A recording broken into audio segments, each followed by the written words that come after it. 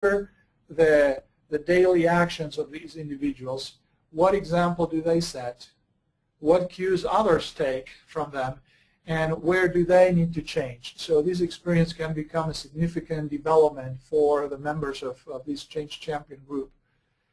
As we work with organizations, we find that while change is inevitable, is going to happen, and we're all affected one way or another by it, growth, the desirable benefits from changing, is entirely optional.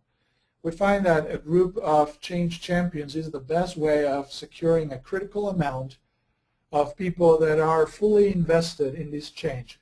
Even if at first they were not, they become converts, and they are deployed through the organization to influence the rest of the organization in a way that creates the change. So that's the key point that I wanted to make, and maybe we're ready at this point to take some questions. Perfect. So we have up on the board right now some of the events that we're hosting in the coming weeks and months. One of the common questions we've got is how many or are the slideshows available?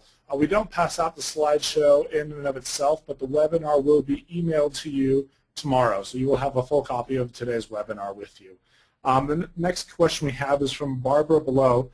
How do you manage people in the organization that are resistant to your change? That's great. Part of the training of these change champions is to deal with the 5 phases of resistance, the 5 root causes that we talked at the beginning of the presentation. So there are specific ways, again, if we use the ASCEND process, you will find that there are specific approaches to deal with specific types of resistance. So let me give you a simple example. If a team is resisting the change because they don't trust management, you need to